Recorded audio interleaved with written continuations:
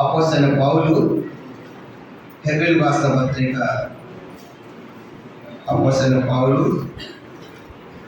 హెబ్రీయులకు రాసిన పత్రిక 10వ అధ్యాయం. హెబ్రీ పత్రిక 10వ అధ్యాయము అందరం కలిసి 24-25 వచనాలు మనం అందరం కలిసి చదువుకుంటాం. అపోస్తలుడైన పౌలు హెబ్రీయులకు రాసిన పత్రిక 10వ అధ్యాయము 24-25 వచనాలు. Page number 206 1900. అందరం కలిసి చదవండి. కొందరు మానుకొనుచున్నట్టుగా సమాజముగా మానక ఒకరినొకడు హెచ్చరించుచు ఆ దినము సమీపించడం మీద చూసిన కొలది మరి ఎక్కువగా అలాగే చేయొచ్చు. ప్రేమ చూపుటకును సత్కార్యములు చేయటకును ఒకరినొకడు కొనుక్కోవాలని ఆలోచించును. అపోస్తలుడైన పౌలు ద్వారా ప్రభు సెలవిచ్చే మాట, కొందరు మానుకొనుచున్నట్టుగా. ఇప్పటికే చాలా మంది మానుకున్నారు, సమాజం కూడేది మానుకున్నారు. అలా మానకుండా ప్రభు దినాలు సమీపంగా ఉన్నాయి కాబట్టి ఒకరినొకడు హెచ్చరించు ఆ దినం అంటే ప్రభు యొక్క దినము సమీపించిన కొలది మరి ఎక్కువగా అలాగ చేయొచ్చు అని మాట్లాడుతారు. కాబట్టి ఎక్కువగా అలాగ చేయాలి. ప్రభు దినాల్లో ఎక్కువగా కూడుకోవాలి, ఎక్కువగా ప్రేమ ఉండాలి, ఎక్కువగా సత్కార్యాలు ఉండాలి అనే మాట పౌలు ద్వారా మనం చూస్తూ ఉన్నాం. కాబట్టి ప్రభు అన్నాడు కదా, ప్రభు దినాల్లో ఈ కార్యాలు మనం ఎక్కువగా చేయాలి, ఎక్కువగా కలిగి ఉండాలి అనేది మనం చూస్తాం. ఉదయకాలం కూడా ఆరాధనలో దావీదు భక్తుడు ఎక్కువగా దేవుని ఎందుకు కీర్తించడం మనం చూసాము. ఈ సమయంలో మరి ప్రభు దినాల్లో ఎక్కువగా మనం చేయవలసిన సంగతులు ఏంటి అనే దేవుని యొక్క వాక్యం నుంచి ఒక 7 ప్రాముఖ్యమైన సంగతులు మనం చూద్దాం. ప్రార్థన. పరలోకమందున మా తండ్రి, పరిశుద్ధ దేవ, మీ స్తోత్రాలు. ఈ సమయంలో నీ పాదాలకు వస్తున్నాం. దయని మా ప్రభా, ఎంతవరకు వ్యక్తిగతంగా మిమ్మల్ని ఆరాధించడంలో మీరు ఎంతవరకు సహాయపడందుకే స్తోత్రాలు. ఇది ప్రభా, మరి కొందరు మానుకొనుచున్నట్టుగా సమాజంలో కూడా మానక దాన్ని ఆ దినము ప్రభు యొక్క దినము సమీపించే కొలది మరి ఎక్కువగా మేము కోడుకోవాలని, ప్రేమ కలిగి ఉండాలని, సత్కార్యం కలిగి ఉండాలని, ఒకడు హెచ్చరించుకోవాలని, పులికొల్పాలని, రేపాలని ప్రభావ మీరు కోరుతున్నందుకే మీ స్తోత్రాలు. కాబట్టి మేము ఈ కడవరి కాలంలో, చివరి దినాల్లో, ఆఖరి దినాల్లో, ప్రభు దినాలే మేము ఉంటున్నాం. కాబట్టి ఎక్కువగా ఇలాంటి కార్యాలు మేము చేయమని మేము కోరారు. కాబట్టి విశ్వాస భక్తి జీవితంలో దాన్ని మేము ఎక్కువగా ఏమి కలిగి ఉండాలో కూడా నీ వాక్యం ద్వారా మీకు మాకు నేర్పించమని సహాయపడమని, ఆయా దాసులను కూడా మీ సిలువ సాటును మరుగుపరచమని, మా అందరి కాసు వాకులు దయచేసి మహిమపొందమని సమస్త మహిమాకరంతో మీకు ఆరోపించుకుంటూ యేసు ప్రభు వారి పరిశుద్ధమైన నామంలో ప్రార్థించి వేడుకొంచున్నాము తండ్రి. ఆమేన్. మనం చదివినటువంటి వాక్య భాగము హెబ్రీ పత్రిక 10వ అధ్యాయం 24-25 వచనాల్లో ప్రభు వారు అపోస్తలుడైన పౌలు ద్వారా సెలవిచ్చే మాట, కొందరు మానుకుంటున్నారు కనుక సమాజం కూడా మానకుండా ఒకరినొకడు హెచ్చరించి ప్రభు యొక్క ఆ దినం సమీపించే వాళ్ళని ఎక్కువగా అలాగూ చేయొచ్చు అని రాయబడింది. కాబట్టి మరి ఎక్కువగా ఏం చేయాలి, ఆత్మీయ జీవితంలో ఏం కలిగి ఉండాలి అని ప్రభు కోరుతున్నాడో మనం చూస్తాం. లోకంలో కొన్నిసార్లు మనం ఉంటాం కదా, ఎక్కువ చేస్తున్నాడండి ఆయన అంట. కనుక ఆ లోకంలో ఎక్కువ చేసేది వేరే, తన ఆత్మీయ జీవితంలో ప్రభు కోరుతున్నాడు ఎక్కువగా చేయవలసిన సంగతులు ఏంటి కనుక అనేది ఒక 7 సంగతులు మనం చూద్దాం. దాంట్లో మొట్టమొదటిది నెహెమ్యా గ్రంథం 7వ అధ్యాయం. ఎక్కువగా కలిగి ఉండవలసిన లేదా చేయవలసిన మొదటి సంగతి నెహెమ్యా గ్రంథం 7వ అధ్యాయము.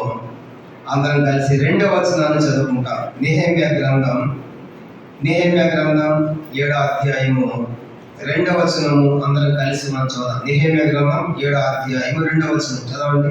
నా సహోదరుడైన హనానీకుని, కోటకు అధిపతి అయిన హనన్యాకును యెరూషలేము పైన అధికారం ఇచ్చింది. హనన్యా నమ్మకమైన మనుషుడు, అందరికంటే ఎక్కువగా దేవుని భయభక్తులు గలవాడు.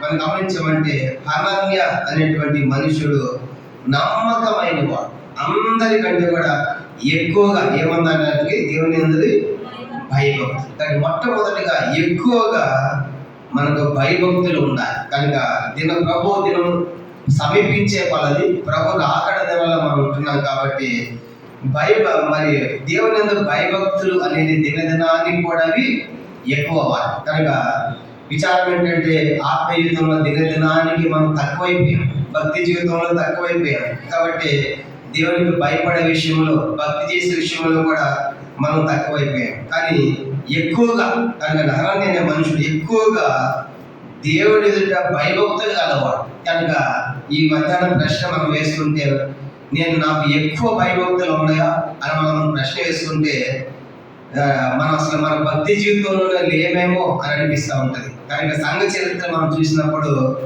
వాళ్ళు ఎన్ని కష్టాలు పడ్డారు, ఏ రీతిగా దేవుని సేవించారో అన్నప్పుడు మనం ఆశ్చర్యపోతాం. మనం అపోస్తలుల కార్యంలో మనం చూసినప్పుడు సంఘ చరిత్ర చదువుకున్నాము. గత దినాల్లో 7 సంఘాల చరిత్రను మనం చూసాం. ఆసియాలో 7 సంఘాల చరిత్ర మనం ధ్యానం చేసాము. ఆ సంఘాలు ఎట్లా వాళ్ళు సేవ చేశారు, కొన్ని సంఘాలు ఎట్లా తప్పిపోయాయో మనం ధ్యానం చేసుకుని వచ్చాం. అయితే అపోస్తలుల కార్యంలో ఆలోచించినప్పుడు సంఘంలో ఉన్నటువంటి వారు విశ్వాసులను పిలువబడ్డారు, శిష్యులను పిలువబడ్డారు. అపోస్తలుల కార్యంలో మనకి ఏమన్నాడు, శిష్యులను రాయబడింది. కనుక శిష్యులు నమ్మిన వారందరూ ఏమయ్యారంట, శిష్యులు అయ్యారు. ఇప్పుడు మనం విశ్వాసమా శిష్యులమా చెప్పండి, మనం శిష్యులమా విశ్వాసులు? మీరు ఏదైతే చెప్పండి, విశ్వాసాల శిష్యులు. శిష్యులు అంటే 10 రోజుల వారు చెప్పాలి, అర్థమైతే? శిష్యులు అంటే. విశ్వాసులు అంటే క్రమంగా మందిరానికి రావాలి. 2 ఉన్నాయి మనకి, 2 లేవు. అది విశ్వాసులు కాదు, శిష్యులు కాదు. కనుక అర్థమైతే విశ్వాసులు అయితేనేమో అన్ని కార్యక్రమాలకు వస్తారు, శిష్యులు అయితేనేమో సేవకుల్లాగా ప్రతిరోజు సువార్త చెప్తారు. అపోస్తలుల కార్యం సంఘం ఎందుకు విస్తరించిందంటే చూడండి, అపోస్తలుల కార్యం 6వ అధ్యాయం. వాళ్ళు నమ్మిన వారందరూ శిష్యులు అయ్యారు, విశ్వాసులు కాదు. అపోస్తలుల కార్యములు 6వ అధ్యాయం మనం గమనించామంటే అపోస్తలుల కార్యములు 6వ అధ్యాయము చూడండి, 6వ అధ్యాయం 1వ వచనం. అపోస్తలుల కార్యములు 6వ అధ్యాయము 1వ వచనం. ఆ దినములలో శిష్యుల సంఖ్య విస్తరించుచున్నప్పుడు, ఏమి విస్తరించిన? శిష్యుల విశ్వాసుల శిష్యుల సంఖ్య విస్తరించింది. అంటే నమ్మిన వాళ్ళందరూ ఏమైపోయారంటే వాళ్ళందరూ కూడా శిష్యులు అయిపోయారు. అంటే అందరూ కూడా సువార్త చేయడం ప్రారంభించారు. కనుక అందరూ కూడా సువార్త చేయడం ప్రారంభించారు. అంటే ఎక్కడ పోయినా ఏ సమయంలో ప్రతి ఒక్కరు కూడా సువార్త చెప్పారు, వాళ్ళంతా శిష్యులు అయ్యారు. కనుక అపోస్తలుల కార్యక్రమంలో ఎక్కువ మంది శిష్యులు కనపడతారు, అందరూ శిష్యులు అయిపోయాయి. అంటే ఇప్పుడు అందరూ శిష్యులు అయ్యారు కాబట్టి, ప్రతి ఒక్కళ్ళు సువార్త చెప్పేవాళ్ళు కాబట్టి క్రైస్తవం కూడా సంఘం ఎక్కువ పెరిగింది. ఆ దినాలు పెరిగింది. సంఘ చరిత్ర చూస్తే అసలు వాళ్ళకి వచ్చిన కష్టాలను మనం చూసామంటే అసలు ఇక్కడ ఒక్కళ్ళు కూడా మనకు భక్తి అనిపిస్తుంది. మీ సంగతి ఏమో కానీ నాకైతే భక్తి అనిపించింది. ఒక సంగతి చెప్తే వినండి, కానీ చరిత్రలో జరిగిన సంగతి. క్రైస్తవులు ఎన్ని కష్టాలు పడ్డారు ప్రారంభంలో ఆలోచించినప్పుడు. కనుక సంఘ చరిత్ర ప్రారంభించిన తర్వాత, క్రైస్తవ సంఘం భూమి మీద ప్రారంభించిన తర్వాత చాలా సామ్రాజ్యాలు దండెత్తాయి, చాలా యుద్ధాలు జరిగే చరిత్రలో. అట్లాంటిది ఓటమన్ అనేటువంటి ఒక సామ్రాజ్యం వచ్చింది. అది ఇస్లాం వాళ్ళు. కనుక ముస్లిం రాజ్యం వాళ్ళు జయించారు, కొన్ని ప్రాంతాలు జయించారు, ముఖ్యంగా యెరూషలేము జయించారు. ఆయన పేరు ఓటమన్ సామ్రాజ్యం అంటారు. ఇస్లాం వాళ్ళు ముస్లిమ్స్ వాళ్ళు జయించిన తర్వాత వాళ్ళు తీసుకొచ్చిన చట్టాలు లాలు ఎట్లా ఉన్నాయంటే ఎంత భయంకరం అంటే, యూదులు క్రైస్తవైన వారే టార్గెట్ అనమాట. వాళ్ళ ఉద్దేశం ఏంటంటే ఈ విస్తరించిన క్రైస్తవైన తక్కువ చేయాలి, కనుక వాళ్ళ మతాన్ని విస్తరింపచేయాలనుకున్నారు. అందుకే ఆ రాజులు ఏం చేశారంటే వాళ్ళు పెట్టిన కట్టడలు, నేను కొన్ని సంగతులు చూసినప్పుడు నాకు భయం అనిపించింది. అసలు ఆ కాలంలో వాళ్ళు ఉంటే ఆ దేశంలో నమ్మేవాళ్ళం మొత్తం అనిపించింది అనమాట. అన్ని కష్టాలు. వాళ్ళు ఎట్లాంటి కాలం తీసుకొచ్చారంటే యూదులు మంచి బట్టలు వేసుకోకూడదు, యూదులు క్రైస్తవులు కానీ మంచి బట్టలు వేసుకోకూడదు, పీలిక లాంటి రంగురంగుల వస్త్రాలు వేసుకోవాలన్నమాట.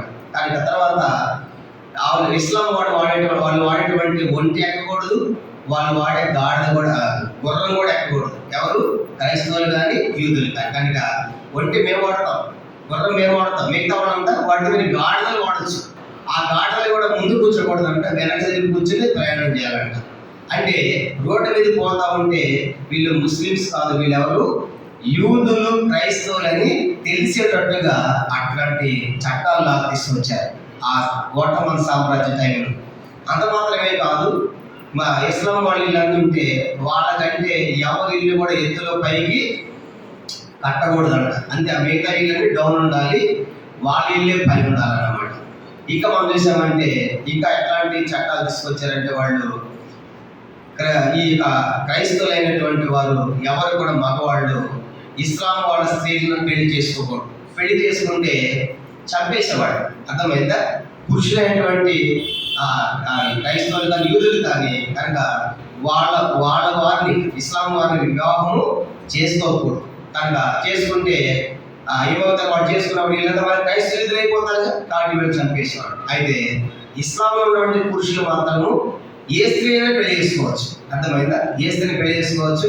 పుట్టిన వాళ్ళందరూ ఏమవుతారు, అదనమాట. అర్థమైందా? కాబట్టి వాళ్ళు ఎవరైనా పెళ్లి చేసుకోవచ్చు. కనుక ఇట్లాంటి చట్టాలు, ఇట్లాంటి కఠినమైన పరిస్థితుల మధ్యలో క్రైస్తవ్యము కనుక ఎన్నో బాధలు, ఎన్నో కష్టాలు పడిచి వాళ్ళు కొంతమంది ఏం చేశారంటే దాంట్లో మారిపోయారు. మనం చూస్తున్నాం కదా, చెప్పాం కదా సంఘ చరిత్ర. సిరియా దేశంలోని పౌలు గారు ప్రయాణం ప్రారంభించాడు. సిరియా దేశంలోని అంత్యోక పట్టణం, అక్కడి నుంచి ప్రారంభించి అనేక ప్రాంతాలు క్రైస్తవ విస్తరించింది. ఒకప్పుడు సిరియా దేశం అంటే క్రైస్తవ దేశం. సిరియా దేశం అంటే ఏంటి? క్రైస్తవ దేశం. అపోస్తలులు 11:26లో అక్కడ బర్నబా సేవ చేస్తే, పౌలు సేవ చేస్తే ఒక సంవత్సరం పాటు ఏమని పిలిచారు? వాళ్ళందరినీ క్రైస్తవులను పిలిచారు. అర్థమైతే క్రైస్తవులు పిలిచారు. అంత ఉద్యోగం ఉన్న క్రైస్తవ దేశము ఈరోజు ఐసిఐసి ఉగ్రవాదానికి స్థానం అయిపోయింది. ఏంటది? సిరియా దేశం. కానీ అప్పుడు దేశం ఏది? కనుక దమస్కు చూసామంటే అది పూర్తిగా క్రైస్తవ దేశం. ఈరోజు దాంట్లో ఎంతో 99% అంతా ఇస్లాం వాళ్ళు ఉన్నారు. మిగతా ఏదో 1% లోపే క్రిస్టియానిటీ ఉంది. అంటే క్రైస్తవం అనేది మరుగైపోయింది. కారణం ఏంటంటే ఇట్లాంటి బాధలు, ఇట్లాంటి కష్టాలు నెలదొక్కు ఏదో కొన్ని సంఘాలు, కొన్ని ప్రాంతాల్లో మాత్రం క్రైస్తవం ఉంది. అర్థమైందా? కాబట్టి ఇప్పుడు అట్లాంటి దినాలు మనం అందుకు వచ్చాయనుకోండి, అసలు మనం ఉంటామనిపిస్తాము. కనుక అది చూసిన ఒళ్ళు గబ్బులు పడుతుంది అనమాట. ఇన్ని భయంకరమైన కష్టాలు పడ్డారు. కాబట్టి చివరికి ఏం చేశారంటే, మీరు బ్రతకాలంటే ఇస్లాంలోనే స్వీకరించాలి, లేదంటే ఇంత పన్ను, ఇంత ట్యాక్స్ వేసేవాళ్ళు ఆ పన్నైనా కట్టాలి, చావనైనా చావాలి. ఈ 3 వాళ్ళ ముందు పెట్టారు. బతకాలంటే ఏం చేయాలి కాబట్టి ఈ మతాన్నైనా స్వీకరించాలి, లేదంటే ఎంత పన్ను మేము కడతాం, కనుక మీరు దేవుని ఆరాధించాలంటే అంత పన్నునైనా కట్టాలి, లేదు 3వది చావునైనా చావాలి. అట్లాంటి పరిస్థితుల్లో క్రైస్తవం కొనసాగింది ఆ దినాలు. కాబట్టి నిజంగా ఆ దినాలు ఇప్పుడు ఈ దినాలతో పోల్చుకుంటా ఉంటే, ఆ దినాలు మనం ఉంటే ఆ మతాన్ని స్వీకరించే వాళ్ళమా? నాకు తెలిసి అందరూ వెళ్ళిపోయేవాళ్ళు. విద్యకి బాధలు, ఎందుకు కష్టాలు, ఎందుకు మా పిల్లలకి ఎంతకాలము అట్లా ఎన్నో రకాల టార్చర్స్ అనుభవించి ఎంతో మంది దాంట్లోకి వెళ్ళిపోయిన వాళ్ళు ఉన్నారు, చనిపోయిన వాళ్ళు ఉన్నారు. ఇవన్నీ చూసినప్పుడు సంఘ చరిత్ర ఎంత కఠినమైన పరిస్థితుల్లో క్రైస్తవం కొనసాగింది. ఇప్పుడు కూడా ఇంకా అక్కడ అరాపర, ఇప్పుడు ఆఫ్రికా దేశం, సూడాన్ ఆ ప్రాంతాలు పోతే కొద్దిమంది క్రైస్తవులు, ఒకప్పుడు వాళ్ళంతా క్రైస్తవులు. కారణం ఏంటంటే వీళ్ళ ఉద్దేశం ఏంటంటే అందరూ కూడా ఇది ఈ మా మతరాజ్యంగా చేయాలి అనే ప్రయత్నంలో భాగంగా ఇవన్నీ కొనసాగుతూ వచ్చాయి. కానీ ప్రియమైన వాళ్ళని ఇవన్నీ ఆలోచించినప్పుడు అసలు మనకు భయభక్తులు ఉందా అని చూసినప్పుడు, వాళ్ళు మనసాగిన కష్టాలు ఏంటి, పడే బాధలు ఏంటో ఆలోచించినప్పుడు మనకున్న భయభక్తులు ఎక్కడ, మనకున్న ఎక్కువైన భక్తి ఎక్కడ? ఇక్కడ ఆలోచిస్తే అందుకే ఈ యొక్క హనన్య అనే మనుషుడు అంట అందరికంటే ఎక్కువగా ఏమన్నారు, అతనికి భయభక్తులు. కనుక కాబట్టి మధ్యాహ్నం ప్రభు యొక్క పనులను పాల్గొనే మనందరికి కూడా ప్రభు నేను ఎక్కువగా భయభక్తులని కలిగి ఉండాలి అని మనం కోరాలి. కాబట్టి భయభక్తులు కనుక ప్రారంభంలో ఎన్నో భయభక్తులు మనకు ఉన్నాయి. ఇప్పుడు రాను భయం అంటే అస్సలు పోయింది, దేవుని భయమే లేదు. భక్తి కూడా అరాపరా భక్తి మన జీవితాలు కొనసాగుతున్నాయి. కాబట్టి భక్తుల్లాగా మనం పైకున్నాం, తెల్లని వస్త్రాలు, బైబిల్, ఆదివారం వస్తే ప్రార్థనలు ఉన్నాయి. కానీ రావడానికి కష్టమైంది ఇవి కూడా ఉండవేమో. కాబట్టి ఈ మధ్య మనం తీర్మానం చేస్తాం, ప్రభావ నేను భయభక్తులు కలిగి ఉండాలి ప్రభావ. కాబట్టి వచ్చే దినాల్లో నేను నీకు భయపడాలి, నేను నీకు భక్తి చేయాలి, నేను ఆరాధించాలి. కాబట్టి అట్లాంటి జీవితం నాకు దయచేయడం కోరాలి. మొదటి రాజుల గ్రంథం 8వ అధ్యాయం చూడండి. మొదటి రాజులు 18వ అధ్యాయం, క్షమించండి 18వ అధ్యాయము. ఒక వ్యక్తి గురించి రాయబడింది. అతడు దేవుని యందు ఎట్లా భయభక్తి కలిగి ఉన్నాడంట. మొదటి రాజులు 18వ అధ్యాయం, మొదటి రాజులు 18వ అధ్యాయము, మొదటి రాజులు 18వ అధ్యాయం 3వ వచనం. మొదటి రాజుల గ్రంథం 18వ అధ్యాయం 3వ వచనం చదవండి. ఆహాబు తన గృహ నిర్వాహకుడు ఓబద్యాను పిలిపించింది. ఈ ఓబద్య యెహోవా యందు బహు భయభక్తులు గలవాడై. 4వ దూరం యెజెబెలు యెహోవా ప్రవక్త నిర్మూలన చేయుచుండగా గుహలో 50 మంది గాను నూరుగురిని దాచి అన్నపానములిచ్చి వారిని పోషించెను. చాలు గమనించమని, ఇక్కడ ఓబద్య అనేటువంటి ఒక ప్రవక్త ఉన్నాడు. ఇది ఎట్లాంటి వాడు? యెహోవా యందు ఈ ఓబద్య అనేటువంటి ప్రవక్త కాదు, క్షమించండి, గృహ నిర్వాహకుడు, ఆహాబు యొక్క గృహ నిర్వాహకుడు ఓబద్య ఉన్నాడు. ఇతడంట దేవుని యందు బహు భయభక్తులు కలిగిన వాడు. చూసారు ఆ మాట చూడండి. భయభక్తులు అంటే, బహు భయభక్తులు అంటే నిజంగా ఎంత ఆత్మీయమైన స్థితిలో ఈ ఓబద్య ఉన్నాడో మనం ఆలోచించాలి. బహు భయభక్తులు కలిగి ఉన్నాడు. కాబట్టి హనన్య అనేమో ఎక్కువ భయభక్తులు కలిగి ఉన్నాడు. ఈ మధ్యాహ్నం ప్రశ్న ఏంటంటే, ఆలోచిస్తే ఇప్పుడు ఈ ఓబద్య ఎవరి దగ్గర గృహ నిర్వాహకుడు? చెప్పండి, ఎవరి దగ్గర అంట? ఆహాబు దగ్గర. చెప్పండి, ఎవరి దగ్గర అంట? ఆహాబు భార్య యెజెబెల్. ఇప్పుడు ఆహాబు భార్య ఎవరు? వాళ్ళు ఆల్రెడీ 400 మంది బయలు ప్రవక్తలు పోషిస్తున్నారు. ఈ ఆహాబు యెజెబెల్ కలిసి 400 మంది బయలు ప్రవక్తలు పోషిస్తున్నారు. ఆ బయలుదేరి విగ్రహాలను చేస్తారు. వాళ్ళంతా కూడా వాళ్ళ దగ్గర ఉన్నట్టు వాళ్ళ గృహాన్ని నిర్వహిస్తాడు. ఎవరు? ఈ ఓబద్య. కానీ ఇతడు ఆ దేవునికి భయభక్తులు లేవంట. ఏ దేవునికి? బయలు దేవునికి భయభక్తులు కాదు. ఎవరికి భయపడేవాడు ఇతడు? యెహోవా దేవునికి. ఇది సాధ్యమైంది? ఆలోచించండి, సాధ్యమేనా? ఒక విధంగా విగ్రహాలను వాళ్ళ దగ్గర పనిచేసినట్టు మన భాష చెప్పాలంటే, ఆహాబు యెజెబెల్ దగ్గర పనిచేస్తా ఆ దేవతలు పూజించకుండా ఏ దేవుడిని? యెహోవా దేవుడిని బహు భయభక్తులు కలిగిన వాడు. అన్ని చూస్తామంటే ఈ జేబుగల దేవుడు కాదు, వీళ్ళు 400 మంది ప్రవక్తలు పోషించింది యెజెబెలు అని ఆలోచించి యెహోవా ప్రవక్తలు చంపుతుంది యెజెబెల్. ఎవరు చంపుతుంది? యెహోవా ప్రవక్తలు. అప్పుడు ఇతను ఏం చేశాడంటే 100 మందిగా నూరేసిగా ఒక గుహలో పెట్టి ఇతనే పోషించాడంట యెహోవా ప్రవక్త.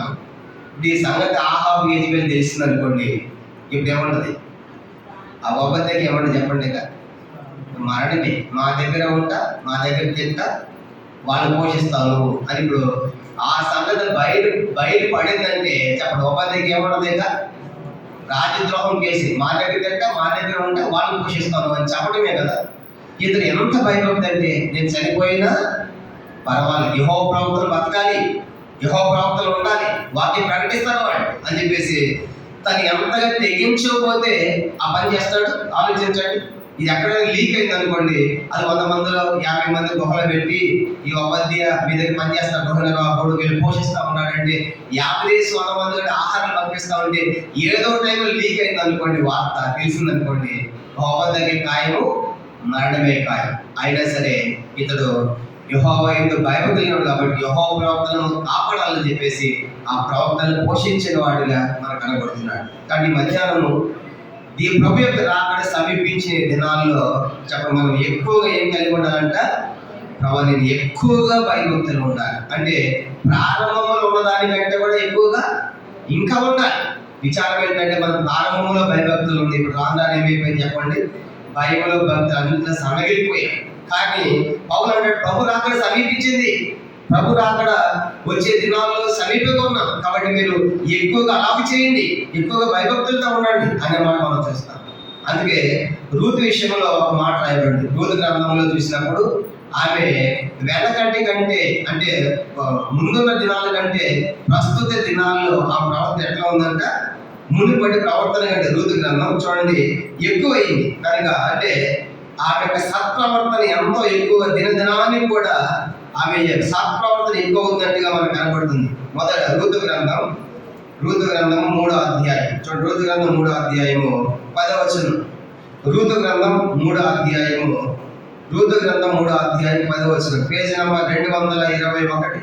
అతను నా కుమారి, యెహోవా చేత నీవు దీవెన పొందినదావు, కొద్దివారినే కానీ గొప్పవారినే కానీ నీ వ్యవస్థలను నీ వెంబడింపక ఉండటం వలన నీ మునుపటి సత్ప్రవర్తన కంటే వెనుకటి సత్ప్రవర్తన మరీ ఎక్కువైంది. అంటే ఆమెలో ఉన్న మంచి ప్రవర్తన దినదినానికి కూడా మంచి ప్రవర్తన ఎక్కువైందంట. అంటే ప్రారంభంలో దానికంటే ఇంకా దినాలు గడిచే కొలది కూడా ఆమె ప్రవర్తనలో మంచి ప్రవర్తన ఎక్కువైపోయింది. కాబట్టి ఈ మధ్యాహ్న ప్రశ్న, ప్రభు రాబోతుంటుండగా మన భయభక్తులైన మన జీవితం ఎలా ఉంది? ప్రభా నేను భయంతో భక్తితో ఉన్నాను, అలాంటి ఎక్కువైన భయభక్తులు నేను కలిగి ఉన్నానా అనే ప్రశ్న మనం వేసుకోవాలి. ఎందుకంటే ప్రభు రాకడ దినాలు ఉన్నాం కాబట్టి అట్లా ఎక్కువైన భయభక్తి లేకపోతే మనం ఎత్తబడలేదు. కాబట్టి ప్రభు మరి భక్తిలో జారిపోయాను, భయంలో జారిపోయాను, క్షమించు, కాబట్టి నన్ను తిరిగి ఎక్కువైన భయభక్తులను కలిగినట్లుగా మీరు నాకు సహాయం చేయమనము మరి తీర్మానం చేసుకోవాలి. మొదటి సంగతి. రెండవదిగా ప్రభు వచ్చే దినాల్లో ఎక్కువగా చేయవలసిన రెండో సంగతి ఏంటి? యోహాను సువార్త 15వ అధ్యాయం. యోహాను సువార్త 15వ అధ్యాయం. యోహాను సువార్త 15వ అధ్యాయము 2వ వచనాన్ని చదువుకుంటాం. యోహాను సువార్త 15వ అధ్యాయము 2వ వచనం అందరం కలిసి. నాలో ఫలింపని ప్రతి తీగను ఆయన తీసి పారవేయను, ఫలించే ప్రతి తీగే మరి ఎక్కువగా ఫలింపాలని దానిలోని పనికిరాని తీగలను తీసివే. మరి ఎక్కువగా ఫలించుట. రెండో సంగతి చూసినప్పుడు ఎక్కువగా మనం ఏం చేయాలని ప్రభు కోరుతున్నాడు? ఎక్కువగా ఫలించాలి. ఎక్కడ చూసామంటే ఫలించుట ఉంది, మా తర్వాత మరి ఎక్కువగా ఫలించుట ఉంది, మూడోది బహుగా ఫలించుట. కాబట్టి ఫలిస్తున్నామా? ఎక్కువగా ఫలిస్తున్నామా? బహుగా ఫలిస్తున్నామా? దాని మధ్యన మనము ఆలోచించాలి. ప్రభు యొక్క రాకడ దినాల్లో మనం నేను ఎక్కువగా ఫలించాలి, బహుగా ఫలించాలి. కారణం ఏంటంటే ఆ ప్రవచే దినాల్లో ఆ యొక్క ఫలాలు మనలో కనపడాలి. కాబట్టి ఫలించుట అని మనం చూస్తాం. లేదా ఎండిపోయిన తీగల్లాగా, ఎండిపోయిన బ్రతుకుల్లాగా మారిపోతే ఈ మధ్యాహ్నం ఒక తీర్మానం చేస్తాను, ప్రభు నా జీవితం ఎండిపోయింది, నాలో ఫలాలు లేవు. ప్రభు వచ్చినప్పుడు ఫలాలు లేకపోతే ఆ చెట్టుని ఎలా శపించాడో అలా శాపగ్రస్తులు మనం కాకుందుము కాక. కాబట్టి మధ్యాహ్నం మనలో మరి ఫలించే అనుభవం కలిగి ఆత్మ ఫలాలు సమృద్ధిగా మనలో ఉండాలని ప్రభు కోరుతున్నాడు. అదే గలతీ పత్రిక 5వ అధ్యాయము 22వ వచనంలో ఆత్మ ఫలం మనం చూస్తాం. ఆత్మ ఫలాలు కదవి ఆత్మ ఫలం ఏంటంటే ప్రేమ. కాబట్టి ముఖ్యంగా ప్రేమ. ఆ ప్రేమలోనే ఇవన్నీ ఉన్నాయి. ఆత్మ ఫలం ఏమనగా ప్రేమ, సంతోషం, సమాధానం, దీర్ఘశాంతం, దయాళత్వము, మంచితనం, విశ్వాసం, సాత్వికం, ఆశనికుల, ఇవన్నీ కూడా చూసినప్పుడు ఇది ఆత్మ ఫలం. కాబట్టి ఆత్మీయంగా నేను ఫలించాలి, నేను వ్యక్తిగతంగా ఫలించాలి, కుటుంబంగా ఫలించాలి, సంఘముగా ఫలించాలి. ప్రభా ఎక్కువగా ఫలించాలి, తర్వాత బహుగా ఫలించాలి. కారణం బహుగా ఫలించడం వల్ల నా తండ్రి మహిమపరచడం. కాబట్టి రెండవదిగా ప్రభు వచ్చే దినాల్లో మనం మరీ ఎక్కువగా ఫలించాలి అని ప్రభు కోరుతున్నాడు. ఇది రెండవ ప్రాముఖ్యమైన సంగతి. కాబట్టి ఆ యొక్క ఫలభరితమైన జీవితం మనలో లేకపోతే, మనలో ప్రభు వచ్చే సమయానికి ఫలాలు లేకపోతే, ఆ అందరిని ఎలా శపించాడో, ఎవరు ఎన్నటిగా నీ పండ్లు తినకుందరుగా అని చెప్పి ఆ యొక్క అందరిని ప్రభు శపించిన కారణము దాంట్లో ఫలాలు లేవు. కాబట్టి ఫలాలు లేని నిర్జీవమైన అందరూ చెట్లా కాకుండా ఫలభరితమైన జీవితం మనం కలిగి ఉండడానికి ప్రభు మనకు సహాయం చేయండి. ఇది రెండవ ప్రాముఖ్యమైన సంగతి. ఎక్కువగా మనం ఫలించాలి, ప్రభు చిత్రాలను కోరుతున్నారండి. మూడవ చూద్దాము. యోహాను సువార్త 21వ అధ్యాయం. మూడవదిగా మనం ప్రభు దినాల్లో ఎక్కువగా చేయవలసిన మూడవ సంగతి. మొదటిది ఎక్కువగా భయభక్తులు ఉండాలి, రెండవది ఎక్కువగా మనం ఫలించాలి, మూడవదిగా యోహాను సువార్త 21వ అధ్యాయం. అందరం కలిసి 15వ వచనం. యోహాను సువార్త 21వ అధ్యాయము 15వ వచనం చదవండి. వారు భోజనం చేసిన తరువాత యేసు సీమోను పేతురును చూచి, యోహాను కుమారుడైన సీమోను, వీరి కంటే నీవు నన్ను ఎక్కువగా ప్రేమించుచున్నావా అని అడుగుగా, అతను అవును ప్రభువా, నేను ప్రేమించున్నానని నీవే ఎరుగు అని ఆయనతో చెప్పాను. యేసు నా గొర్రెలను మేపుకొని అతనితో చెప్పాను, నీవు నన్ను ఎక్కువగా ప్రేమించుచున్నావా అనే ప్రశ్న. మూడవదిగా మనం దేవుణ్ణి ఎక్కువగా ప్రేమిస్తున్నామా? ఈ ప్రశ్న సీమోను పేతురు అడిగాడు. ఈ మధ్యాహ్నం ప్రభు సరిగ్గా మన పేరు పెట్టుకుని చదివితే, మనల్ని అడిగితే మన సమాధానం ఏంటి? సీమోను పేతురు కూడా ధైర్యంగా చెప్పలేకపోయాడు. ఆయన ప్రభు నేను ఎక్కువగా ప్రేమిస్తున్నాను అని చెప్పలేకపోయాడు. వీరి కంటే అంటే అర్థం ఏంటి? అక్కడ ఆల్రెడీ ఉన్నారు కనుక సీమోనుతో ఏదో ఉన్నారు. వీరి కంటే ఎక్కువ ప్రేమిస్తున్నామంటే నేను అందరికంటే ఎక్కువ ప్రభుని ప్రేమించాలి కనుక అక్కడ మిగతా శిష్యులు కూడా ఉన్నారు, వాళ్ళు ప్రేమిస్తున్నారు నన్ను, వాళ్ళకంటే ఎక్కువ ప్రేమిస్తున్నావా అని దాని అర్థం. ఇక్కడ ఆలోచించినప్పుడు ఈ సందర్భం ఏంటంటే, యేసు ప్రభువారు సిలువేసిన తర్వాత, చనిపోయిన తర్వాత, సమాధిని పెట్టిన తర్వాత శిష్యులందరూ భయపడ్డారు. భయపడి సీమోను పేతురు ఏం చేస్తాడంటే, నేను చేపలు పడడానికి పోతాను అన్నాడు. 21వ వచనంలో నేను చేపలు పడడానికి పోతాను అన్నాడు.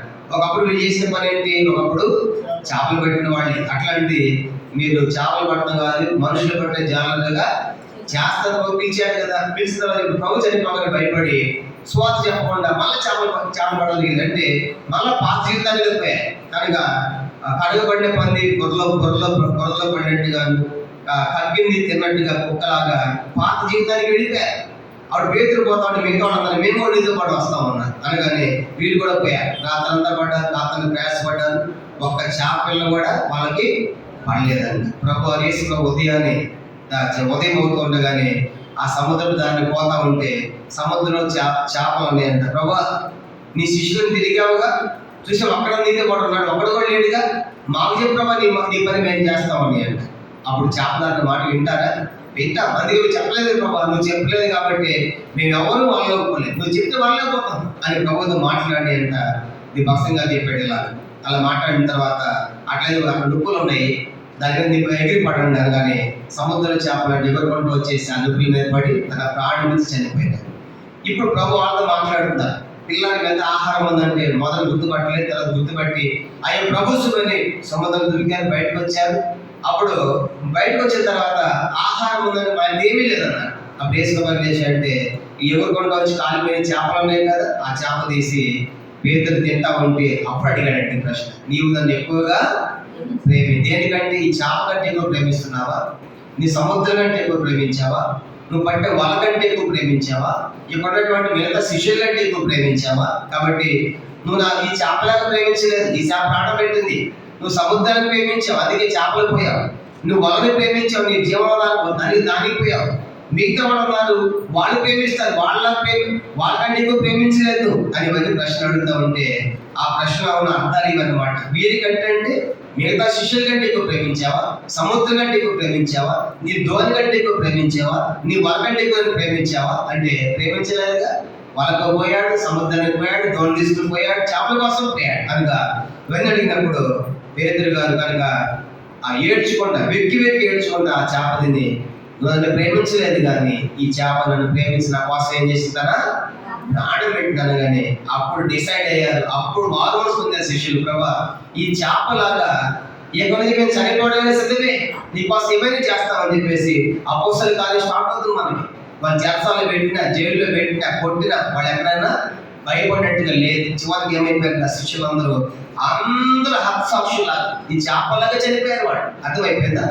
అట్లాంటి తీర్మానం చేసుకున్నారు ఆ సముద్రం దగ్గర. అది నిజమైన మారు మనసు, నిజమైన పశ్చాత్తాపం అక్కడ పొందారు. ప్రభా ఈ చేప ఆత్మ లేని చేపని కోసం ప్రాణం పెట్టింది, నీకోసం మేము ప్రాణం పెట్టలేకపోయాం కదా, మమ్మల్ని క్షమించని చెప్పేసి శిష్యులందరూ కూడా పశ్చాత్తాపడి కనుక మారు మనసు పొంది ఈ చేపలాగా ప్రభు కోసం మేము చనిపోతాం, ఆయన ప్రేమిస్తామని రుజువు చేశారు. కానీ మధ్యాహ్నం ప్రశ్న ఏంటంటే, మరి మనం ప్రేమిస్తాం ప్రభుని ప్రేమించడం అంటే ఏంటి? ఎదురుగా ప్రేమిస్తాం, ఎదురుగా లేడు కదా. ప్రేమించడం అంటే ఏంటంట? యోహాను సువార్త 13వ అధ్యాయం చూడండి. దేవుని ప్రేమించడం అంటే యోహాను సువార్త 13వ అధ్యాయం 21వ వచనము. యోహాను సువార్త 13వ అధ్యాయము 21వ వచనం చదవండి. నా ఆజ్ఞలను అంగీకరించి యోహాను సువార్త 14వ అధ్యాయము 21 యోహాను సువార్త 14వ అధ్యాయము 21వ వచనం చదవండి. నా ఆజ్ఞలను అంగీకరించి వాటిని గైకొని వాడే నన్ను ప్రేమించేవాడు నా తండ్రి వల్ల ప్రేమింపడును, నేను వారిని ప్రేమించి వారికి నన్ను కనబరుచుకుంటాను. కాబట్టి దేవుని యొక్క ఆజ్ఞలను వాక్యాన్ని గైకొనడమే దేవుని ప్రేమించడం. దేవుని ప్రేమించడం అంటే దేవుడు ఎదురుగా లేడుగా అని ప్రశ్న వేయకూడదు. దేవుని ప్రేమించడం అంటే ఆయన ఆజ్ఞలు, ఆయన వాక్యం, ఆయన కట్టడలు. కాబట్టి వీటిని మనము అనుసరించడమే, కనుక ఈ ఆజ్ఞను పాటించడమే దేవుని ప్రేమించడం. 23వ వచనం, ఇదే 14వ అధ్యాయం 23వ వచనం. యేసు ఒకడు నన్ను ప్రేమించిన యెడల నా మాట గైకొను, అప్పుడు నా తండ్రి వారిని ప్రేమించును, మేము వారి ఎద్దకు వచ్చి వారి ఎద్ద నివాసము చేద్దాం. ఒకడు నన్ను ప్రేమిస్తే నా మాట వింటాడు. అంటే దేవుని ప్రేమించడం అంటే దేవుని మాట వినటమే. దేవుని ప్రేమించడం అంటే అర్థం ఏంటి? దేవుని మాట అంటే దేవుని వాక్యమే. దేవుని యొక్క వాక్యమని అది పాటించడమే దేవుని ప్రేమించుట. అని ఇప్పుడు సీమోను పేతురు దేవుని ప్రేమించలేకపోయాడు. కనుక సముద్రాన్ని ప్రేమించాడు, ధోనిని ప్రేమించాడు, వలను ప్రేమించాడు, మిగతా అవన్నీ ప్రేమించాడని ప్రభుని ప్రేమించాడు. అందుకే మీరందరికంటే ఎక్కువ ప్రేమిస్తామని చెప్పలేకపోయాడు. అంటే మధ్యాహ్నం ప్రభా నేను నిన్ను ఎక్కువగా ప్రేమించానయ్యా. కనుక దావీదు చెప్పాడు కదా, నేను ఎక్కువగా కీర్తిస్తాను అన్నాడు. కారణము మనం చూసాం ఆయన చేసిన కార్యాలు. కానీ మధ్యాహ్నం ప్రభా నేను ఎక్కువగా ప్రేమిస్తాను అని చెప్పాలి. ఇది మూడవ ప్రాముఖ్యమైన సంగతి. ఇప్పుడు 3 సంగతులు చూసాం. మొట్టమొదటి చెప్పండి, ఎక్కువగా భయభక్తులు ఉండాలి ప్రభు చైతన్యాలు. రెండోది ఎక్కువగా మనము ఫలించాలి ఆత్మీయంగా. మూడవది ఎక్కువగా మనము దేవుని ప్రేమించాలి. కనుక ఎక్కువగా మనము దేవుని ప్రేమించాలి. మూడవది. నాలుగవది చూద్దాము, ఎక్కువగా ఏం చేయాలి దేవునికి. నాలుగవది మార్కు సువార్త 12వ అధ్యాయం. నాలుగవది మార్కు సువార్త ఎక్కువగా చేయవలసిన 4వ సంగతి చూద్దాం. మార్కు సువార్త 12వ అధ్యాయము. అందరం కలిసి అవుదాం ఈ వచనం. 12వ అధ్యాయము 43వ వచనం. మార్కు సువార్త 12వ అధ్యాయము 42, 43 కలిసి ఉన్నాయి, చదువుదాము. మార్కు సువార్త 12వ అధ్యాయం 42, 43 చదవండి. ఒక పేద విధవరాలు వచ్చి 2 కాసులు వేయగా ఆయన తన శిష్యులను పిలిచి, కానుక పెట్టిలో డబ్బులు వేసిన వారందరికంటే ఈ పేద విధవరాలు ఎక్కువ వేసిన మీతో నిశ్చయముగా చెప్పుచున్నాను, దేవునికి ఎక్కువ డబ్బులు వేసిన విధవరాలు. చెప్పండి, దేవునికి ఎంత ఇచ్చిందంట ఆమె? ఎక్కువగా ఇచ్చిందంట. చెప్పండి, దేవునికి ఎంత ఇచ్చింది ఆమె? ఎక్కువగా ఇచ్చింది. ఎక్కువ ఎంత అక్కడ చెప్పాడు. ఎంత ఇచ్చిందంటే ఎక్కువ అంటే 2 కాసులు. ఎంత చెప్పండి? 2 కాసులు. 2 కాసులు ఎక్కువ. మన భాష 2 పైసలు అనుకున్నాం.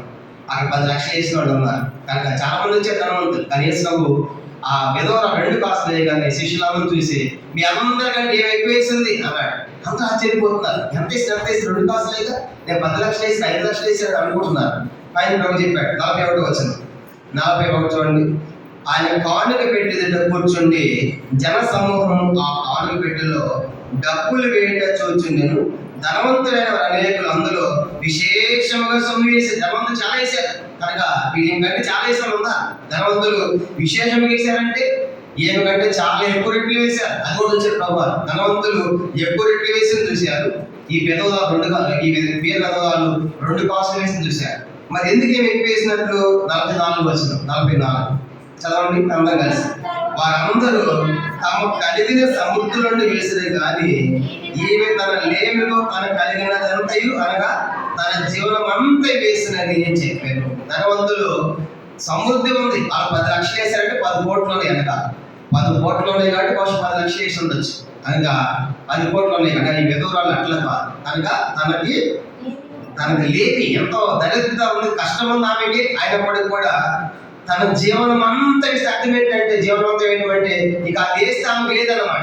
అర్థం చెప్పండి. ఆ 2 కాసులు వేసి ఆమె దగ్గర ఇక అంటే ఉన్నదంతా ఇచ్చింది. ఇప్పుడు చెప్పండి, ఉన్నదంతా ఇచ్చింది ఎక్కువ అనగా చాలా ఉంచుకొని 10 లక్షలు వేసింది ఎక్కువ. ఉన్నది వేసినే కదా. కానీ ఇప్పుడు వాళ్ళంతా వెనకాల చాలా విశేషం ఉందో చాలా సొమ్ము వేశారు. కానీ విధవరాలు 2 కాసులే ఉంది. అది ఆమె జీవనం. దాంట్లో తినాలి, దాంట్లో బ్రతకాలి. అట్లాంటిది ఉన్నదంతా వేసింది. అప్పుడు వేస్తూ ఉన్నాడు, ఈమె ఎక్కువ వేసింది. ఇప్పుడు అది తినడానికి లేదు. అర్థమైపోయిందా? కాబట్టి దీన్ని బట్టి మనకు అర్థమవుతుందంటే మనం కూడా దేవునికి ఎట్లా ఇవ్వాలి చెప్పండి? ఎక్కువగా ఇవ్వాలి దేవునికి. చెప్పండి, దేవునికి ఎట్లా ఇవ్వాలంట? ఎక్కువగా ఇవ్వాలి. కొంతమంది దశంభాగాలు ఎవరు దేవునికి, కనుక దశంభాగాలు ఎవరి వాళ్ళు కూడా ఉన్నారు. అర్థమైందా? అట్లా ఎవరనే దేవుడు కానీ సదానే పెట్టాడు ధర్మశాస్త్రంలో 10వ భాగం. ఎందుకంటే 10వ భాగం ఎందుకు ఏర్పాటు చేశాడంటే, దేవుని ఇంటిలో సేవ జరగాలి. యాజకులు, లేవీయులు సేవా కార్యక్రమాలు జరగాలంటే ఇప్పుడు ఈ దినాల్లో డబ్బు లేకుండా ఏ పని చేయడం జరగదు. డబ్బు లేకుండా ఏ దేవుని పని కూడా ఏది కూడా మనము అన్నిటి డబ్బు అవసరమే. అందుకే పౌలు గారు కూడా ఫిలిప్పీ సంఘానికి పత్రిక రాస్తాడు. ఫిలిప్పీలాగా చూడండి, ఫిలిప్పీ 4వ అధ్యాయము. ఫిలిప్పీ 4వ అధ్యాయము. ఆ సంఘము పౌలు గారికి ఎంతగానో సహాయాన్ని పంపింది. ఫిలిప్పీ 4వ అధ్యాయము. ఫిలిప్పీ రాసిన పత్రిక 4వ అధ్యాయం చూడండి, 14 నుంచి చదువుతాను. 14 నుంచి 16 దాకా. ఫిలిప్పీ 4వ అధ్యాయం 14 నుంచి. ఆయనను నా శ్రమలో మీరు పాలు పుచ్చుకున్నది మంచి పని. చదవండి 15 వచ్చింది. ఫిలిప్పీలారా, సువార్త నేను ఉదయం ఆరంభించి మాసిదోనియ నుండి వచ్చినప్పుడు ఇచ్చే విషయంలోను పుచ్చుకునే విషయంలోను మీరు తప్ప మరి ఏ సంఘం వారు నాతో పాల్గొనే బాధ్యత మీకే. ఫిలిప్పీలారా, నేను నా శ్రమలు మీరు పాల్పంచుకున్నారు. నేను చేసే సువార్త పనులు పరిచర్యల్లో మీ సహాయాన్ని పంపించి మీరు కూడా పాలిభాగస్తులు అయ్యారు. ఇచ్చే విషయంలో కానీ పుచ్చుకునే విషయం కానీ మీలాగా నాకు ఎవరు సహాయం చేయలేదు అని చెప్పి 16లో మరొక మాట అంటాడు. 16 చదవండి. ఏలైనగా తెస్సలోనికలో కూడా మీరు మాటి మాటిని నా అవసరమును తీర్చుటకు సహాయం చేసి, పౌలు గారు ఇప్పుడు ఫిలిప్పీ సంఘంలో అంటే ఫిలిప్పీ సహాయం చేసింది. పౌలు గారు ఇప్పుడు తెస్సలోని సంఘానికి వెళ్ళాడు. తెస్సలోని సంఘానికి వెళ్తే తెస్సలోని సంఘంలో పౌలు గారికి ఎవరు సహాయం చేయాలి? తెస్సలోని సంఘం సహాయం చేయాలి, అంతే కదా. ఇప్పుడు తెస్సలోని సంఘంలో ఉన్నా కూడా ఎవరు సహాయం పంపించారంట? ఫిలిప్పీ సంఘం కంటే ఫిలిప్పీలాగా నేను అక్కడ సేవ చేసినా సరే మీ సహాయం నాకు పంపించాను అంటే పౌలు గారు ఇప్పుడు నాకు ఎన్నో అవసరాలు ఉన్నాయి, ఎంత పని ఉంది, అయినప్పటికీ కూడా మీరు దీంట్లో పాల్గొన్నారు.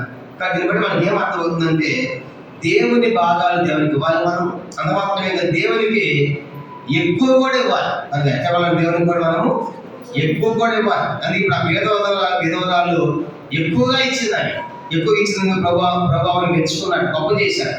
కాబట్టి సువార్త పని జరగాలంటే, సేవ జరగాలంటే తప్పనిసరిగా మన భాగాలు ఇవ్వాలి.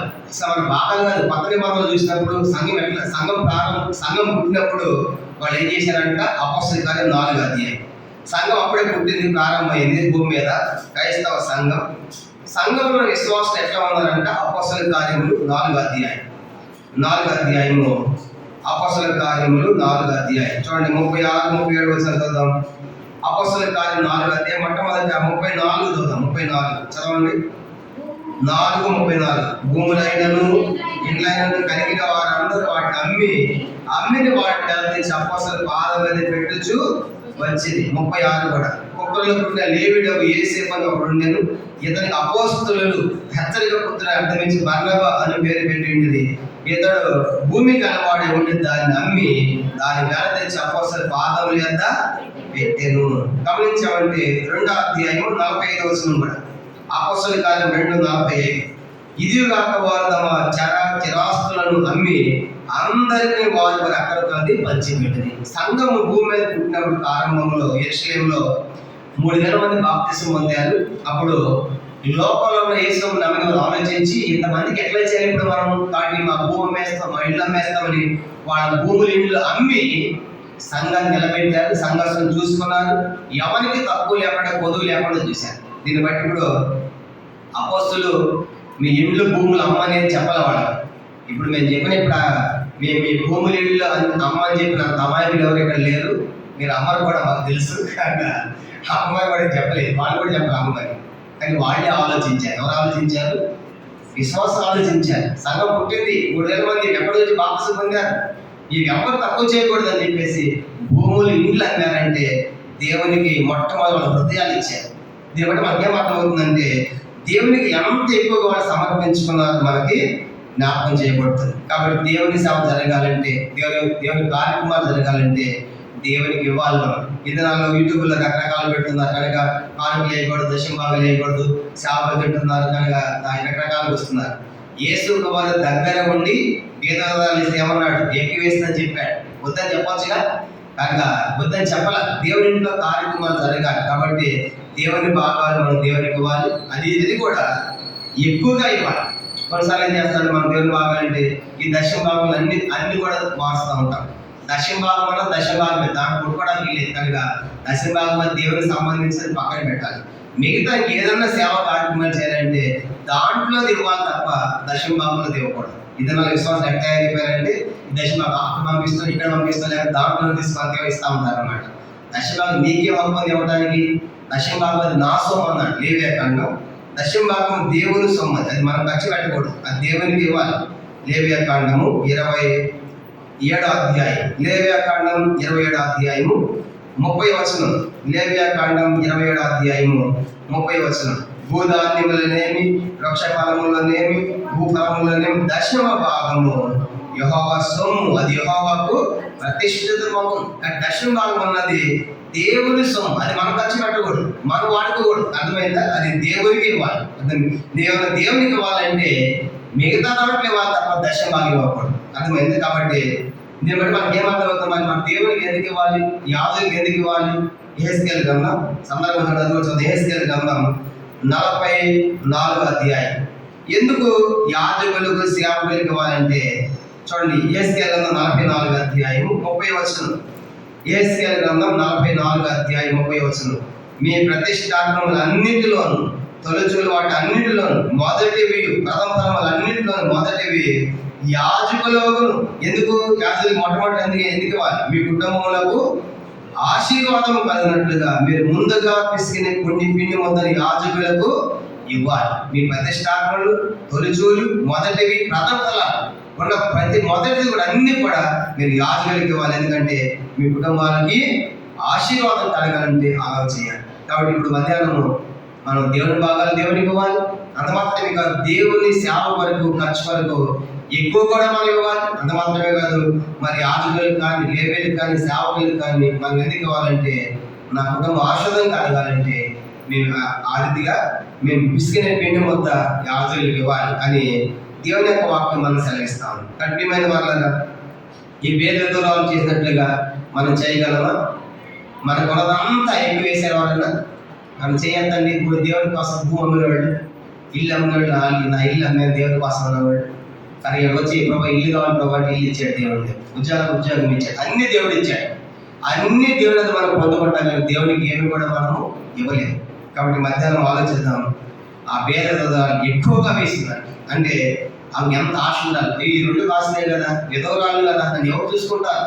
ఈ మొత్తం వేస్తే నా బతికి ఎలాగూ, నా జీవనం ఎలాగ ఆలోచించలేను కనుక 2 కాసులు వేసింది కనుక, అంటే తన జీవనం అంతా వేసింది, దరిద్రతలు వేసింది, ఉన్నదంతా వేసింది కనుక అదే ఎక్కువ అన్నమాట. కాబట్టి దేవుడు ఆ హృదయాన్ని చూశారు కనుక అందుకే అన్నాడు కదా, మీ అందరికంటే ఈమె ఎక్కువగా వేసింది. ఇక మధ్యాహ్న ప్రశ్న, దేవునికి మనం ఎక్కువగా ఇస్తున్నామా? అసలు దేవునికి ఇవ్వాల్సిందే దొంగిలిస్తున్నామా? ఈ మధ్య మనం ఆలోచించుకోవాలి, మనం ప్రశ్న వేసుకోవాలి. కాబట్టి 4వ తలంపు ఏంటంటే మనం దేవునికి తప్పనిసరి ఇవ్వాలి. అంత మాత్రంగా దేవునికి ఇంకా మనము ఎక్కువగా కూడా ఇవ్వాలి. అది బైబిల్ ఒక మాట ఉంది, సామెతల్లో వ్యర్థజల్లి విస్తరించేవారు కలరు, తగిన దానికన్నా తక్కువ ఇచ్చి లేమికొచ్చేవారు కలరు. కాబట్టి తప్పనిసరిగా మనకి ఇచ్చామంటే దేవుడు ఇచ్చే మనం చూస్తూ ఉంటాం. నువ్వు దేవునికి ఇవ్వు కనుక దేవుడికి ఇచ్చే కార్యాలు చూస్తావు. అంతేవాని దేవుడికి ఇవ్వకుండా దేవుడి కార్యాలు మనం చూడలేము. ఇది 4వ సంగతి, ఎక్కువగా దేవుడికి ఇచ్చడం. మొదటిగా ఎక్కువగా భయభక్తులు ఉండాలి. 2వది ఎక్కువగా మనము ఫలించాలి. 3వది ఎక్కువగా దేవుని ప్రేమించాలి. 4వది ఎక్కువగా విధవరాలకు దేవునికి ఇవ్వాలి. 4వది. 5 చూద్దాం. 5 హెబ్రీ పత్రిక 12వ అధ్యాయం. హెబ్రీ పత్రిక 5వది హెబ్రీ పత్రిక 12వ అధ్యాయము అందరం కలిసి 9వ వచనం. ఇది 5వ సంగతి. హెబ్రీ పత్రిక 12వ అధ్యాయము 9వ వచనం. హెబ్రీ పత్రిక 12:9 అందరం కలిసి చదవండి. మరియు శరీర సంబంధమైన తల్లిదండ్రులు మన శిక్షకులై ఉండి వారి ఎందుకు భయభక్తులు కలిగి ఉంటే, అయితే ఆత్మలకు తండ్రి అయిన వారికి మరి ఎక్కువగా లోబడి బ్రతకవలను కదా. కాబట్టి ఎక్కువగా లోబడి బ్రతుకుట ఎవరికంట? ఆత్మలకు తండ్రి దేవునికి. చూడండి, మన తల్లిదండ్రులకే మనం భయభక్తులు కలుగున్నాం. తల్లిదండ్రులు మనం శిక్షిస్తారు, గద్దిస్తారు, సరి చేస్తారు. కాబట్టి తల్లిదండ్రులు మనం భయపడి తల్లిదండ్రుల యొక్క సంరక్షణలో మనం పెరుగుతున్నాం. మనం తల్లిదండ్రులు మనం భయపడ్డాం చిన్నప్పుడు, అలా భయపడి పెరిగాం. అట్లయినప్పుడు మరి ఆత్మలు తండ్రి అనేవాడికి ఇంకా ఎక్కువగా మనము తల్లిదండ్రులకు భయపడే దానికంటే ఎక్కువగా దేవుడికి భయపడాలి. మనం అర్థమైంది. ఎక్కువగా మనం భయపడాలి. కాబట్టి అది 5వ సంగతిగా మనం జ్ఞాపకం చేయబడుతుంది. ఆత్మలకు తండ్రి అయిన వారికి మరి ఎక్కువగా లోబడి బ్రతకవలెను కదా. కాబట్టి మధ్యాహ్నము ఆ దేవునికి మనం లోబడుతున్నామా? ఆ దేవుని వాక్యానికి, దేవుని మాటకు మనం లోబడి బ్రతుకుతున్నామా? దేవుడు మన ఇశ్రాయేలు ప్రజల గురించి పదే ఒక మాట, ఇశ్రాయేలు ప్రజల గురించి, వీరు లోబడడం వల్లని ప్రజలు దినమంతా నా చేతులు చాచాను, వీరు లోబడడం వల్లని ప్రజలు. లేవియాకాండం 26వ అధ్యాయం. లేవియాకాండం 26వ అధ్యాయము 41వ వచనం చూడండి. వాళ్ళ హృదయాల్లో పట్టడం లేదంట. హృదయాలు లొంగడం లేదు, కానీ హృదయం లోపట్టడం లేదు. లేవియాకాండం 26వ అధ్యాయము 41వ వచనం. లేవియాకాండం 26:41. నేను తమ విరోధంగా నడిచిదనని తమ శత్రుల దేశంలోని తమను రప్పించదని ఒప్పుకొని అనగా లోబడి తమ హృదయములు లొంగి తాము చేసిన దోషములను ప్రతిదండ అనుభవించడం ఒప్పుకొని లోపడిన తమ హృదయములొంగి ఏమి లోపడలేదంటే వాళ్ళ హృదయాల్లో పట్టలేదు. అర్థమైతే దేవుని యొక్క వాక్యం విన్నప్పుడు కూడా హృదయాలు కఠినమైపోతున్నాయి. లోపడని హృదయములు, లోపడని చేతులు, లోపడం వల్లనే ప్రజలు అని ప్రభు సెలవిస్తున్నాడు. కాబట్టి ఐదవదిగా మనము దేవునికి లోపడి మనం బ్రతకాలి.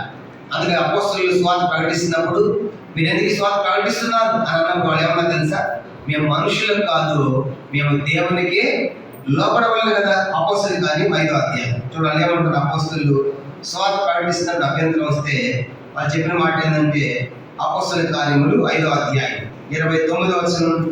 అపోస్తలు 5:29 అందుకు పేతురును అపోస్తలులను మనుష్యులకు కాదు దేవునికే మేము లోపడవలనే కదా.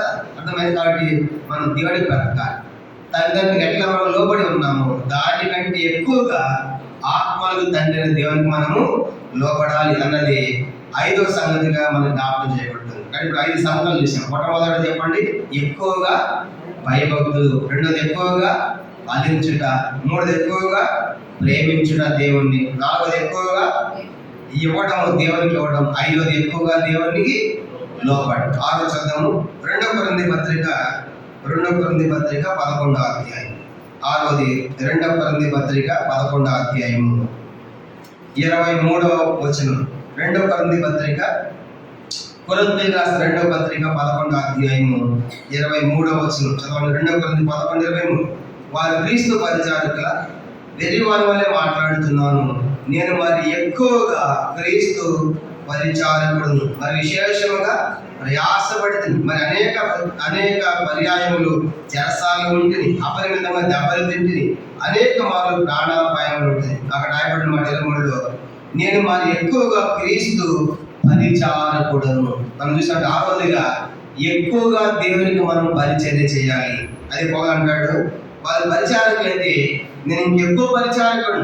ఎంత సేవ చేశాను నేను, ఎన్ని ప్రాంతాలు తిరిగాను, ఎన్ని సంఘాలు కట్టాను, ఎన్ని దెబ్బలు తిన్నాను, ఎన్నిసార్లు చెరసాల్లో ఉన్నాను, ఎన్ని ప్రాణాపాయాలు. కానీ ఇవన్నీ కూడా కింద పెద్ద రిష్టే చెప్పాడు. కానీ ఎన్నిసార్లు రాళ్ళ దెబ్బలు తిన్నాను, బెత్తల దెబ్బలు తిన్నాను, చెరసాల్లో ఉన్నాను, సముద్రంలో దొంగలతో ఆపదలతో ఇలా లిస్ట్ అంతా చెప్పాడు. ఇవన్నీ దేనికోసమైనా క్రీస్తు యొక్క పరిచర్య జరిగించడానికి. కాబట్టి ఆలోచిద్దాం. 6వదిగా ప్రభా నేను ఎక్కువగా పరిచర్య చేయాలి, కాబట్టి దేవుని పనిలో నేను పాలుపొంగులు పొందాలి. కాబట్టి ఈ దినాల్లో ఎక్కడ దానికి వచ్చేసామంటే దేవుని ఇంట్లో పరిచర్యలు ఎన్నో ఉన్నాయి. దేవుని ఇంట్లో పరిచర్యలు నానా విధములుగా ఉన్నాయి. ఇదే 12వ అధ్యాయము 1 కొరింథీ 12వ అధ్యాయం చూడండి. 1 కొరింథీ పత్రిక 12వ అధ్యాయం 4వ వచనం. 1 కొరింథీ పత్రిక 12వ అధ్యాయం 4-5 వచనాలు. 1 కొరింథీ పత్రిక 12వ అధ్యాయం 4 కృపావరములు నానా విధములు ఉన్నవి కానీ ఆత్మ ఒక్కటి. చదవండి. మరి పరిచర్యలు నానా విధములుగా ఉన్నాయి, ప్రభు ఒక్కటి. పరిచర్యలు నానా విధాలు ఉన్నాయి. దేవుని ఇంట్లో ఎన్నో రకాల పరిచర్యలు, ఊడ్చే పరిచర్య, వడ్డించేది కావచ్చు, వండేది కావచ్చు, ఇలాగా ఎన్నో రకాల పరిచర్యలు. ప్రభు ఒక్కటి. ఒక్క ప్రభుకే ఎన్నో రకాల పరిచర్యలు మనం చేస్తున్నాం. కానీ మధ్యాహ్నము దేవుని పరిచర్య మనం చేస్తున్నామా? దేవుని పని మనం చేస్తున్నామా? కానీ పౌలు అంటాడు కదా, నేను ఎక్కువగా క్రీస్తు పరిచారం, ఎక్కువగా నేను పరిచయం చేసేవాడు అని పౌలు చెప్పగలుగుతున్నాడు. కాబట్టి మధ్యాహ్నాన్ని బల్ల పాల్గొని మన జీవితాలు ప్రభు నేను కూడా ఎక్కువగా పరిచర్య చేయాలి అనే ఆశ మనకు ఉండాలి, ఆ తృష్ణ మనకు ఉండాలి. అందుకే దానికోసం మనం ఏర్పాటు చేసుకున్నాడు. ఎప్పుడైతే మనం ఎక్కువ పరిచర్య చేస్తామో దేవుడు మనం ఆశీర్వదిస్తాడు, దీవిస్తాడు. కాబట్టి 6వది మనం జ్ఞాపకం చేసుకుంటాం. ప్రభు నేను ఈ దినాల్లో ఒకప్పుడు పరిచయం చేశాను, పరిచయం చేయలేకపోతున్నాను. ఒకప్పుడు పాటలు పాడాం, వాక్యం చెప్పాం, అందరూ ఎన్నో రకాల పనులు చేశాం. రాను ఏమైపోయిందంటే ఆ పరిచర్యలు నిర్లక్ష్యం అయిపోయింది. ఆ పరిచర్యలో పాల్గొమ్మలు పొందేవాళ్ళగా లేవు. కాబట్టి పరిచయం తక్కువైపోయినాయి. కాబట్టి ఈ మధ్యన ఆలోచిద్దాం, ప్రభు నేను ఇంట్లో పరిచర్య చేయాలి. ఎందుకంటే పరిచర్య చేయవాడు గొప్పవాడు ప్రభు సెలవిచ్చాడు. కాబట్టి దేవుని ఇంట్లో ఎన్నో రకాల పరిచర్యలు అసలు నా పరిచర్య ఏంటి, నా పని ఏంటి ఎరిగి అది మనం చేసినప్పుడు దేవుని యొక్క ఆశతో మనం పొందుతాము. ఇది 6వ ప్రాముఖ్యమైన సంగతి, మరీ ఎక్కువగా పరిచర్య చేయుట. ఇది 6వది. ఆఖరి 7వది మనం చదివి ముగిద్దాం. 7వది ఆఖరిది 2 కొరింథీ పత్రిక 8వ అధ్యాయం. 2 కొరింథీ పత్రిక ఆఖరిది ఎక్కువగా చేయవలసిన 7వ సంగతి మనం చూద్దాం.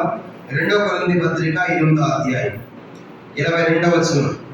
2 కొరింథీ పత్రిక 2 కొరింథీ పత్రిక 8వ అధ్యాయము 22వ వచనం కలిసి చదవండి. మరి నాతో కూడా మేము మా సహోదరిని పంపుచున్నాము. చాలా సంగతులలో అనేక పర్యాయములు అతన్ని పరీక్షించి అతను ఆసక్తి గలవాడనియు ఇప్పుడు నీ మీద ఆసక్తి కలిగిన విశేషమైన నమ్మిక వలన మరి ఎక్కువైన ఆసక్తి గలవాడని తెలుసుకొని ఉన్నాం. 7 దాకా ఎక్కువైన ఆసక్తి. మీరు ఎక్కువగా ఉన్నాడు మనకి ఆసక్తి, ఎక్కువైన ఆసక్తి అని చూస్తాం. కాబట్టి ఆసక్తి వేరే, ఎక్కువ ఆసక్తి వేరే. కాబట్టి ఈరోజు అసలు ఆసక్తి మనకుందా? దాంట్లో ఆసక్తి ఉంటే ఎక్కువైన ఆసక్తి మనకుందా?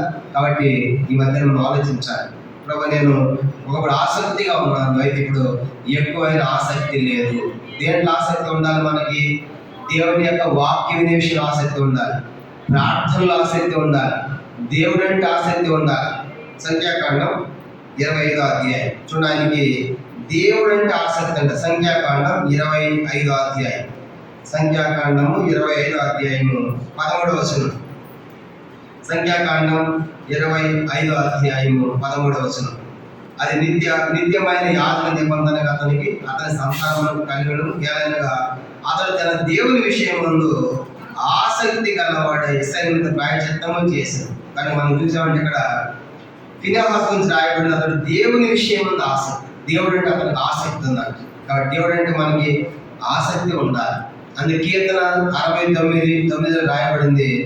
భక్తుల దావీదు అంటాడు, నీ ఇంటిని గురించిన ఆసక్తి నన్ను భక్షించుచున్నది. దేవుడు అంటే ఆసక్తి ఉండాలి, దేవుని మందిరం అంటే ఆసక్తి ఉండాలి, తర్వాత ప్రార్థన అంటే ఆసక్తి ఉండాలి. యాకోబు పత్రిక 4వ అధ్యాయం చూస్తాం. యాకోబు పత్రిక 5వ అధ్యాయం 17వ వచనంలో అతడు ఆసక్తితో ప్రార్థన చేయగా అని చూస్తాం.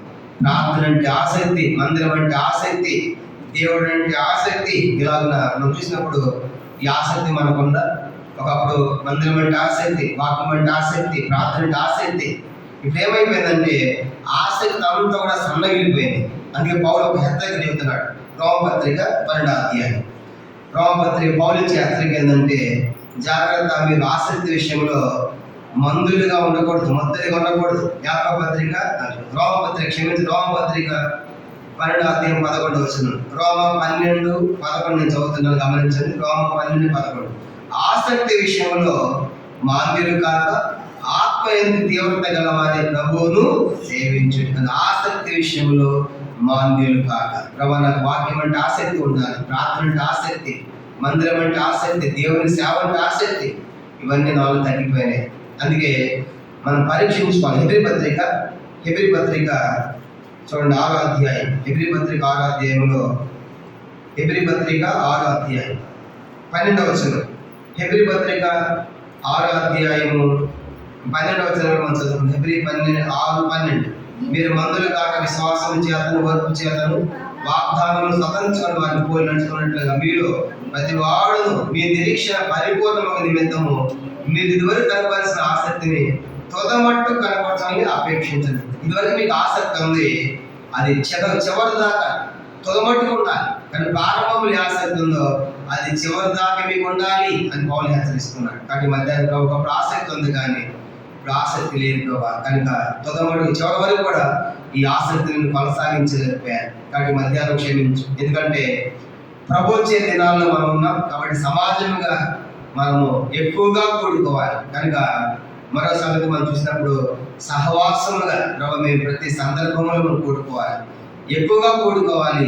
అది ఎక్కువ కూడుకోవడం అంటే సహవాసముగా మనం ఉండాలి. కాబట్టి ప్రభు దినాల్లో అలా సహవాసముగా ఎక్కువ కూడి మనం 7 కలిగి ఉండాలి ప్రభు కోరుతాడు. మొట్టమొదటి చెప్పండి, ఎక్కువగా భయభక్తులు మనకు ఉండాలి. రెండవది, ఎక్కువగా మనము ఫలించాలని ప్రభు కోరుతాడు. మూడవది, ఎక్కువగా మనము దేవుని ప్రేమించాలని ప్రభు కోరుతున్నాడు. నాలుగవది, ఎక్కువగా దేవునికి ఇవ్వాలి, కనుక విధవాల వల్ల ఎక్కువగా ఇవ్వాలని కోరుతున్నాడు. ఐదవదిగా దేవునికి ఎక్కువగా లోపడాలి. ఆరోది ఎక్కువ దేవునికి పరిచయం చేయాలి. ఏడవది ఆరోది ఎక్కువగా మనకేమనాలంట ఆసక్తి ఉండాలి, మరి ఎక్కువ ఆసక్తి. ప్రారంభం కంటే రాను కూడా ఆసక్తి ఎక్కువగా ఉండాలి. కానీ మధ్యాహ్నము మన జీవితాలు ఎలా ఉన్నాయి మనం పరీక్షించుకొని సఫలం చేస్తున్న ఆయన వల్ల మనం పాల్గొంటాం. ప్రార్థన మోకరించండి. ఈ వాక్య వెలుగులో కింద తీర్మానం చేసుకుని ఆయన బలలో మనం పాల్గొంటాం. దేవుడు వాక్యం దాన్ని మనతో మాట్లాడి ఉంటుండగా కొందరు సమాజముగా ఇప్పుడు ఇది మానేరు, అలా మానుకోవద్దు. ప్రభు రాబోయే దినాల్లో ఉన్నాను, మరి ఎక్కువగా మనం కూడుకోవాలి. కాబట్టి ఎక్కువగా అనే మాట మనం చూసాం. ఎక్కువగా దేవుడు ఎన్ని కార్యాలు చేశాం, మన ఇతర ఆరాధన చూసాము. ఈ బలవర్తమానంలో దేవుని కోసం మనం ఎక్కువగా ఏం చేయాలో జ్ఞాపకం చేయబడ్డాయి. కాబట్టి ఇవి ఎక్కువగా ఉండాలి. విచారం ఇవన్నీ మనం తక్కువగా ఉన్నాయి, తగ్గిపోయాయి. కాబట్టి మధ్య ప్రభు హెచ్చరిస్తూ ఉంటాడు, ప్రభా నాలో భయభక్తులు ఎక్కువగా లేవయ్యా, ఉపధ్యాయాలు లేవు. గమనించామంటే అట్లా ఎక్కువ భయభక్తులు నాకుండా అనన్య లాంటి ఎక్కువ భయభక్తులు నాకు లేవు.